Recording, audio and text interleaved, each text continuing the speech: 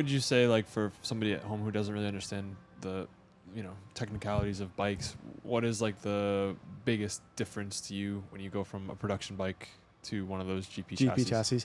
Yeah. So I think the basic, like the easy term is that the bikes that we race here, right? Superbike, super sports, production bikes, those are bikes that they're actually built for the street, right? They're built to be comfortable. Now there's R&D and they have, they might try to make it as good as possible, but it's still a street bike, right? They're still made to be comfortable bikes. A GP bike like a Moto2 or Moto3, they don't care anything about comfort. That is from ground zero. They're built for the racetrack, and that shows. That shows with how rigid they are.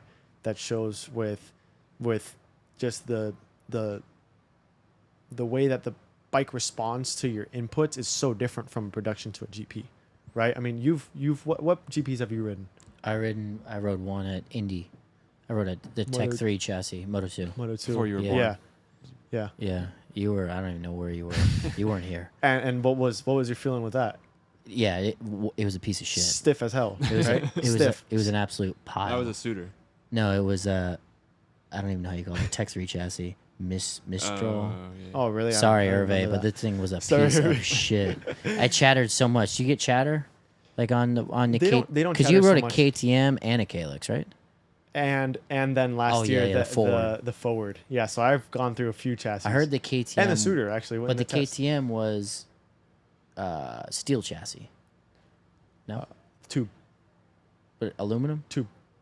Yeah, steel. but I think it was steel. So you're right. Yeah, tube. Yeah, because it was tubular steel. Did it have better feel than the Calyx? Or did any of them have good feel, or was it just stiff? I just remember how stiff it was. Like if it like spun, it would just like it would just crazy stiff.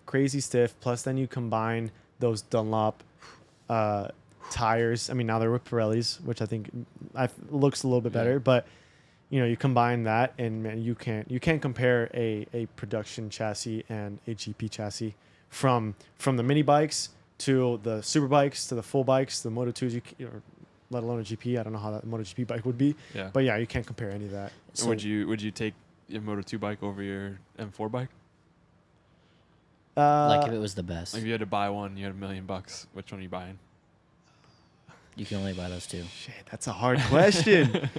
No, I would say the Moto2 bike because it's a lot of fun to ride.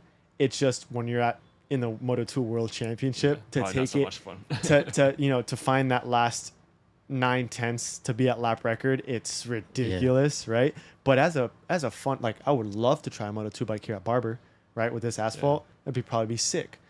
But to be at that very, very edge with all the with the World Championship with those guys that obviously know what they're doing, it's gnarly. So